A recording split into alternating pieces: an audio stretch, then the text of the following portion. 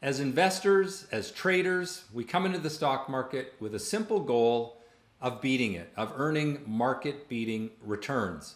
The reality, of course, is that most people fail to consistently do that. And this week, I want to talk about the 3 reasons that I see investors fail. I've been teaching people for over 25 years. I've been trading the market for over 35, and there's some consistent problems that cause people to underperform the market. I'm going to walk you through a strategy that will help us expose how these 3 failures can really hurt performance. So let's begin with just a simple fact, and that is investing in the stock market is pretty simple, but it's not easy. And what gets in our way is typically 3 things. Success requires, number 1, a proven strategy. This is a set of rules for when you will buy, when you will sell, the process to find your opportunities.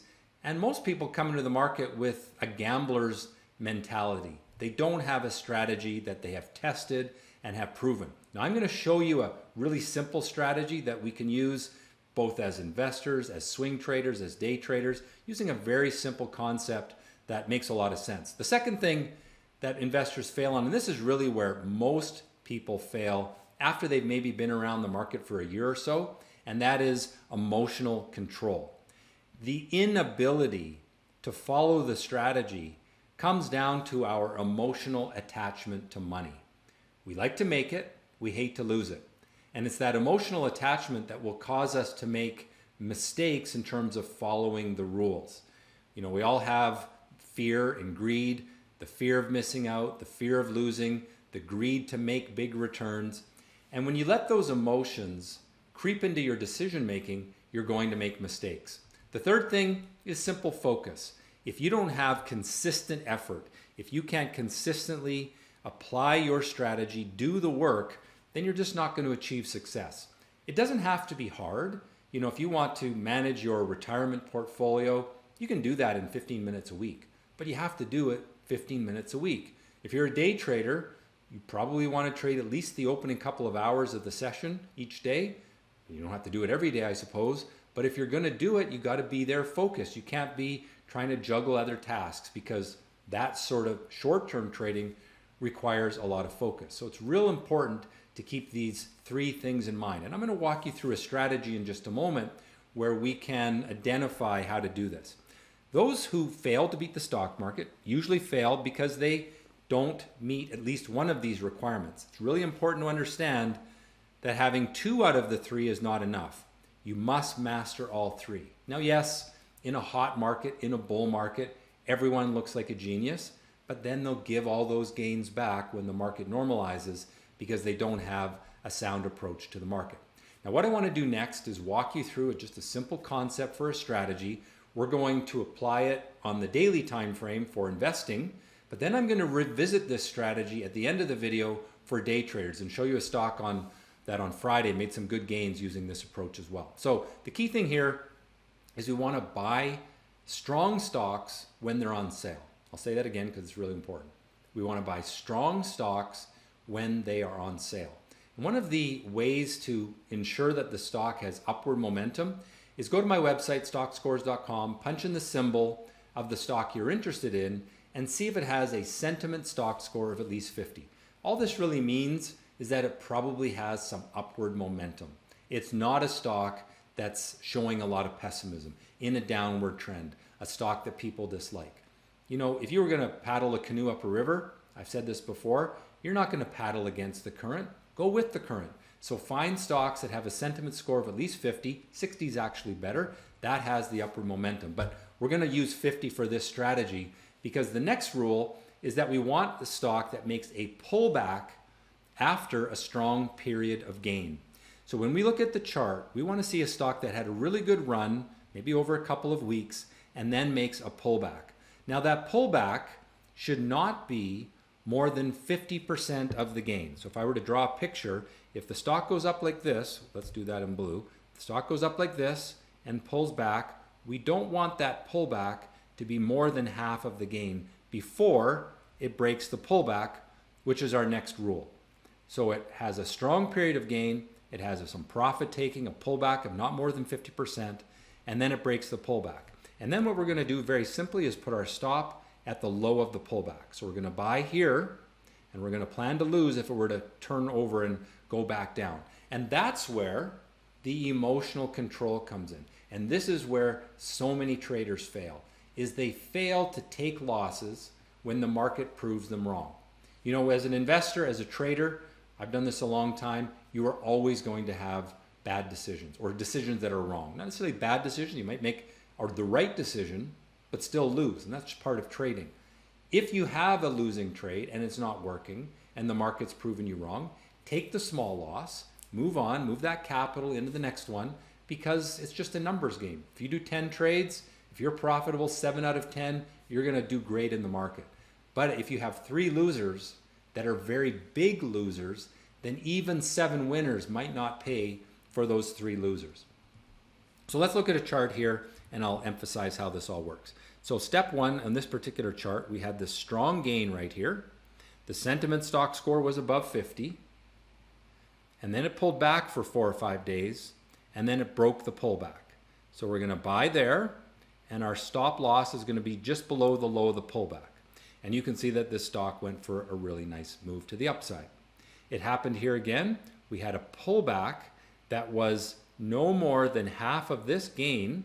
So we had this move up, and it wasn't more than half of that gain. And then we had the break of the pullback right there for a smaller move, but still over the course of 2 weeks, the stock gained about 30–40% on that little run there. Now, notice that here we had a move up, and we had a pullback, and we broke the pullback, but this pullback was more than half of this run. So this pullback break does not count. And it's a good thing because the stock rolled over and broke support, meaning it would be a time to take a loss. The fact that it went up later doesn't matter. That's what emotional traders do. They look at, oh, the woulda, coulda, shoulda. No, you got to stick to your rules and follow them. Let's look at another example. Here is a stock that had a nice run to the upside, a pullback, break of pullback. You can see the stock scores are above 50. You don't want to be chasing the stock here. You either want to buy the breakout, which would be okay, that's another strategy, or you buy it when it's on sale, goes up, profit taking causes a pullback, buy the break of the pullback, that's at $6.75. 2 weeks later, it's hitting $10. All right, so I'm going to take those rules, and at the end of the video, I'm going to apply them to a longer term time frame a shorter term time frame for a day trade. What I want to do now is jump into the Stockscores website, and let's look at the charts of the market. So here is the S&P 500 chart. You can see that it's in generally a nice upward trend. The pace of the upward trend is slowing perhaps. We're going into the election. It does seem like the momentum is slowing a bit. We should expect some volatility to increase. I'm going to show you why in just a second, so stick with that. I'm going to show you an extra chart this week that's quite important. So it's a bullish market, but it does have a sense that the momentum is slowing on those large cap stocks. If we look at the NASDAQ 100 QQQ, you see we've had a nice little run over the past couple of weeks, but 2 days in a row, we open strong and close weak. That's why these candles are red. What that means is that the stock market opened high and closed below its open. And that's a sign, again, that the buyers are losing enthusiasm. Now let's turn our attention to the small cap market, because I think this is an area where there's actually more opportunity. And I'll show you another chart in a moment that will explain why. We've had lots of volatility in the small caps. But what we're generally doing is building optimism towards resistance. And if we can break through this, then we're going to see that sector rotation that I've been talking about over the last couple of months, where money moves out of the magnificent 7, large cap, mostly tech stocks, and moves into the broader market. That started a while ago. It's kind of paused since the Fed decision to lower interest rates came in, but there's some catalysts for this to change, and I'll show you that in just a second. All right, let's take a look at the Canadian market now. T.XIU is the symbol, and good upward momentum here. This is fueled mostly by commodities like gold. The mining sector, uranium has been strong, gold has been strong, and here you see the upward trend in gold starting to go parabolic. Anytime trends go parabolic, they're getting close to the bubble bursting. However, it could still go a lot more to the upside. It could keep going parabolic. And so what you want to watch for is a break of that parabolic trend. It could happen on 2 days from now. It could happen 2 months from now. When it happens, that'll be the time to exit gold, but for now it remains a hold. Now, something very different is another commodity, oil. And there you can see oil generally moving lower. Despite all the conflict in the Middle East, you still have oil moving downward. Now, there was a little bit of a signal that we may bounce back very short term in oil. If we were to look at the 10-day chart of oil, you can see here this sell-off, build of a rising bottom, and then on Friday, the price broke through that little resistance. So as a trader, you might see a little rally, but look at the stock scores. They're 38. That's not very strong. Now, the extra chart that I want to show this week is the VIX. Now, for those of you that don't know what the VIX is, you may have heard about it. It's like a futures market, so where people are betting on the futures of the S&P 500. And it's the implied volatility in the futures price. What that means is when the value of the VIX goes up, it means investors expect volatility in the future. Now, earlier in the video, I talked about the election coming up in November. There's lots of catalysts for volatility going into that election. And that's why we see perhaps the VIX starting to perk up a little bit. And that could bring some selling pressure to the general market. Now, I don't want to say that the sky is falling because this is just a very early signal, but it is one to not ignore. As I said, the momentum in the larger cap market is slowing a little bit. Small caps have been very volatile, showing uncertainty. We could see people just start to want to sit on the sidelines ahead of the US election, and that could bring some volatility to the market. So let's watch that as well. All right, let's move along to the US dollar. It is generally trending down, and that probably helps Bitcoin, which has actually been trending up over the last couple of weeks.